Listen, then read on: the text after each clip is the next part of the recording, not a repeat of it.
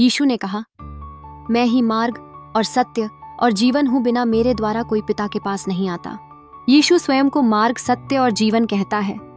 यह केवल उपदेश नहीं, बल्कि वह स्वयं उस सच्चाई का रूप है जो हर एक पापी को जीवन देता है। वह परमेश्वर का पुत्र है जिसने स्वर्ग की महिमा को छोड़कर मनुष्य का रूप धारण किया ताकि वह हमारे लिए क्रूस पर बलिदान दे सके। उसका प्रेम बिना शर्त और असीमित। रोमियो 5:8। परंतु परमेश्वर हम पर अपने प्रेम की भलाई इससे प्रकट करता है कि जब हम पापी ही थे तभी मसीह हमारे लिए मरा। यीशु का प्रेम ऐसा प्रेम है जो हमारे पापों, हमारी दुर्बलताओं और हमारी असफलताओं के बावजूद हमें अपनाता है। वह उन घावों को भी चूमता है जिन्हें दुनिया ने नजरअंदाज किया और उस दिल को भी गले लगाता है जो टूटा हुआ है। उसके प्रेम में न तो कोई शर्त है और न ही कोई सीमा। उसका बलिदान मुक्ति का द्वार। यीशु का क्रूस पर चढ़ना कोई हार नहीं थी, वह सबसे बड़ी विजय थी। उस क्रूस पर वह हमारे पापों का बोझ उठाकर मरा ताकि हम पाप से मुक्त होकर परमेश्वर के साथ संबंध में आ सकें। यशायाह 13:5। परंतु वह हमारे ही अपराधों के कारण घायल किया गया, वह हमारे अधर्म के कारण कुचला गया। हमारी ही शांति के लिए उस पर ताड़ना पड़ी कि उसके कोड़े खाने से हम चंगे हो जाएं। उसके लहू में चंगाई है, उसके बलिदान में छुटकारा है, उसके पुनरुत्थान में जीवन है। उसका बुलावा व्यक्तिगत और प्रेममय। यीशु हर एक को व्यक्तिगत रूप से बुलाता है। वह केवल भीड़ से नहीं, एक एक आत्मा से प्रेम करता है। उसका बुलावा है मत्ती 11:28। हे सब परिश्रम करने वालों और भारी बोझ से दबे लोगों, मेरे पास आओ, मैं तुम्हें विश्राम दूंगा। वह जीवन की ठोकरों में थके हुए, अकेलेपन में टूटे हुए और पाप में उलझे हुए हर व्यक्ति को प्रेम से बुलाता है, मेरे पास आओ। उसका उद्देश्य जीवन में परिवर्तन लाना। यीशु केवल धर्म का संस्थापक नहीं है, वह जीवन का परिवर्तक है। जब कोई उसे अपने दिल में ग्रहण करता है तो उसका जीवन बदल जाता है। अंधकार में उजाला आता है, अशांति में शांति आती है और मृत्यु की ओर जा रहा जीवन अनंत जीवन की ओर मुड़ जाता है। 2 कुरिन्थियों 5:17। इसलिए यदि कोई मसीह में है तो वह नई सृष्टि है। पुरानी बातें जाती रहीं, देखो वे सब नई हो गईं। यीशु आज भी वही है। यीशु कोई बीती हुई कहानी नहीं, वह आज भी जीवित है। इब्रानियों 13:8। यीशु मसीह कल और आज और सदा एक सा है। वह आज भी चंगाई देता है, छुटकारा देता है और उद्धार देता है। यदि कोई सच्चे दिल से पुकारे तो वह तुरंत उत्तर देता है। प्रार्थना यीशु को अपनाने के लिए। हे यीशु, मैं जानता हूँ कि मैं एक पापी हूँ। मैंने तेरे प्रेम को अनदेखा किया, पर आज मैं तुझसे मिलने आया हूँ।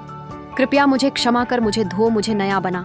मैं तुझे अपने जीवन का प्रभु और उद्धारकर्ता मानता हूँ। अब मैं तुझ में चलना चाहता हूँ, तेरे वचन में, तेरे प्रेम में और तेरी इच्छा में। यीशु के नाम में मैं प्रार्थना करता हूँ, आमीन।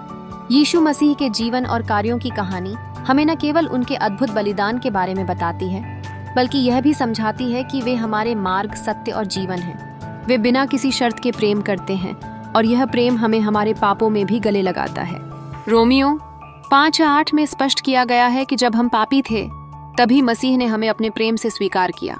यह प्रेम हमें पुष्टि करता है कि हम कितने भी असफल क्यों न हों, उनकी दृष्टि में हम मूल्यवान हैं। क्रूस पर चढ़कर यीशु ने अपनी मृत्यु के द्वारा हमें मुक्ति का द्वार खोला। यशायाह 43:5 में वर्णित है कि वे हमारे अपराधों के लिए घायल हुए ताकि हम उनकी चंगाई में आ सकें। उनका बलिदान न केवल हमारे पापों का क्षय करता है, बल्कि हमें अनंत जीवन का आश्वासन भी देता है।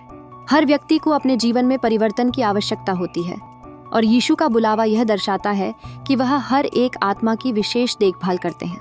उनका उद्देश्य न केवल हमें धर्म के सिद्धांतों में बांधना है, बल्कि जीवन में वास्तविक परिवर्तन लाना है। जब हम उन्हें अपनाते हैं तो हमारा अंधकार प्रकाश में बदल जाता है, अशांति को शांति से और मृत्यु को जीवन से भरा जाता है। यीशु आज भी जिंदा हैं और वे कल, आज और सदा एक समान रहेंगे। इसलिए हम सभी को प्रार्थना के माध्यम से उनके प्रेम और उद्धार को अपने जीवन में आमंत्रित करना चाहिए। आशीष की बारिश स्वर्ग से हो। हे प्रभु, हम तुझसे प्रार्थना करते हैं कि तेरी आशीष की बारिश हमारे जीवन पर बरसे। जैसे स्वर्ग से बारिश धरती को जीवन देती है, वैसे ही तुझे हम अपनी आत्मा और जीवन में तूफान, चिंता और परेशानियों के बीच शांति और आशीर्वाद की बारिश से भरने का निवेदन करते हैं। हम जानते हैं कि तेरी कृपा से हर कठिनाई दूर हो जाती है और हमारे जीवन में तेरा आशीर्वाद हमें आगे बढ़ने की ताकत देता है। कृपया हमें अपने आशीष से पूर्ण कर, हमारी सारी चिंताओं और दुखों को दूर कर। तू हमारे साथ है और तेरे आशीष से हम हर कठिनाई का सामना कर सकते हैं। कृपया हमारी आत्माओं में सुकून और शांति लाकर हमें हर संघर्ष से उबार दे। हे प्रभु, हम तेरी कृपा की बारिश चाहते हैं ताकि हमारा हर कदम तेरे आशीष से सजीव हो। हमारी मेहनत, हमारी प्रार्थनाएं और हमारे दिलों की इच्छा को पूरा करने के लिए तू अपनी आशीष से हमें अभिषेक दे। हम तुझसे यह सब विश्वास और विनम्रता के साथ मांगते हैं, आमीन। हे प्रभु, आज हम यहाँ एकत्रित हुए हैं तेरे दिव्य आशीर्वाद के लिए प्रार्थना करने, जिसका बारिश हमारे जीवन को सजीवता और शांति से भर दे। जैसे आसमान से गिरती बूंदें हमारी धरती को हरा भरा करती हैं, वैसे ही हम तेरी कृपा की बारिश के लिए तड़पते हैं, जो हमें हर मुश्किल से लड़ने की शक्ति दे। हम जानते हैं कि जहाँ तेरा हाथ होता है वहाँ हर कठिनाई आसान बन जाती है। इस जीवन के तूफानों में जब चिंताएं और परेशानियां हमें घेर लेती हैं, तब हम तेरी आशीष की तलाश करते हैं, जो हमें सुकून और आत्मविश्वास से परिपूर्ण करती है। हम अपनी आत्मा में तेरी प्रेम की तपिश चाहें, ताकि हम सच्चाई और विश्वास के रास्ते पर चल सकें। हे प्रभु, हमें अपनी सामर्थ्य से आलोकित कर, ताकि हम अपने सपनों को सच कर सकें। तेरी कृपा से हमारे कदम हमेशा सही दिशा में बढ़ें और हर संघर्ष में हमें उम्मीद और उजाले की किरण मिले। हम विश्वास के साथ प्रार्थना करते हैं कि तेरे आशीर्वाद की बारिश हमारे जीवन को अर्थपूर्ण बनाए और हमारी इच्छाओं को पूर्ण करे, आमीन। यहाँ हम सभी तुझसे प्रेरित होकर तेरी कृपा की आस में एक नए अध्याय की शुरुआत करते हैं, जहाँ आशीष की बारिश हमारे हर दिन का हिस्सा बने। यह प्रार्थना आपको आशीष की बारिश के रूप में परमेश्वर से कृपा और शांति की प्राप्ति की प्रतीक्षा की ओर प्रेरित करेगी, आमीन।